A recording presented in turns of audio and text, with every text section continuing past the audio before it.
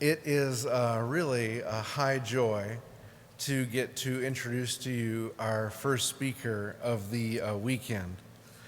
10 years ago, on the U of L campus, a young U of L student, this was back when our speaker was young, and was walking around, and two members of Immanuel had decided they would go share the gospel on U of L's campus, and they met with Evan Calvin, and they shared the gospel with him. And I remember him telling me years later, they basically destroyed all of the arguments that came from my nominal Christian background. And they gave them their email, and then he left. I don't know that they knew of any fruit in his life, but the story I was told is that he went to a library carol and then began to weep and to give his life to the Lord. And we had no contact with him for 6 months after that. Because he lost that email. But a number of months later, that email resurfaced, and Evan reached out to a couple of our guys, and I began to hear these stories of this Evan guy who has been converted, and he was over at this other church, and should they try to yank him out of that church and bring him over here? And I didn't know enough about that church to be counseling for church swapping at that time.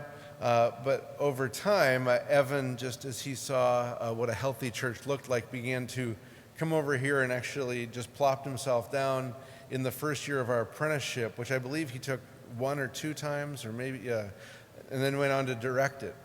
3 years later, went on to lead the pastoral apprenticeship in terms of logistics a few years later. And we've just had the privilege of seeing Evan go from a non-Christian to really a growing Christian. And Evan and I were lucky.